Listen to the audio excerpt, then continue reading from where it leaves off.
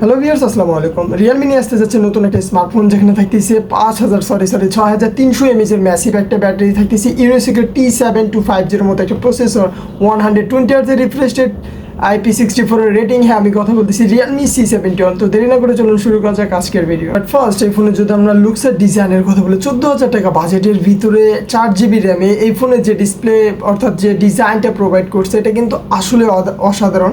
এই ফোনটা দেখতে যে আসলে খুব ভালো লাগতেছে, এটা আর কোনো অবকাশ রাখে না। দেন যদি ফোন আমরা ডিসপ্লে দিকে নজর দিই, 6.67 ইঞ্চ HD প্লাস রেজলিউশনে IPS LCD ডিসপ্লে ইউজ করা হয়েছে, যেখানে আপনারা 120 Hz রিফ্রেশ রেট সাপোর্ট পেয়ে যাবেন।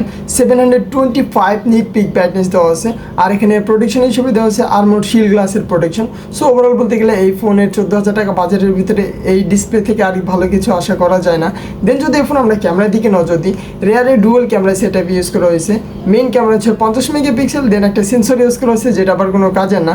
আর সেলফি ক্যামেরা হিসেবে ইউজ করা হয়েছে 5 megapixel selfie camera. So overall রিয়ালের ক্যামেরা দিয়ে, মানে পিছনের ক্যামেরা দিয়ে আপনারা 1080p 30fps পর্যন্ত শ্যুট করতে পারবেন।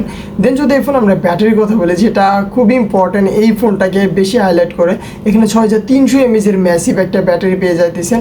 মানে আপনার জন্য যারা অনেক লং টাইম ধরে ফোন ইউজ করেন তাদের জন্য এই ফোনটা একদমই পারফেক্ট বলতে পারেন।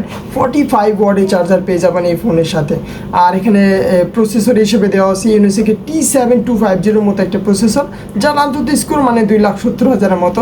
এই ফোনটা কিন্তু আসলে গেমারদের টার্গেট করে বানানো হয় না। সো ওভারঅল বিবেচনা করলে এই ফোনটা অ্যাকচুয়ালি যারা অনেক লং টাইম ফোন ইউজ করে, যারা নর্মালি মানে ইউটিউব ফেসবুক ব্রাউজিং করেন, তাদের জন্য এটা ফোনটা একদমই পারফেক্ট। বাট যারা গেম পারপাসে ফোনটা কিনতে চাইতেছেন, তারা ভাই দয়া করে এই ভিডিও থেকে আপনারা স্কিপ করেন বা এই ফোনটা কেনা থেকে বিরত থাকুন। সো এই ছিল ফোনটাতে।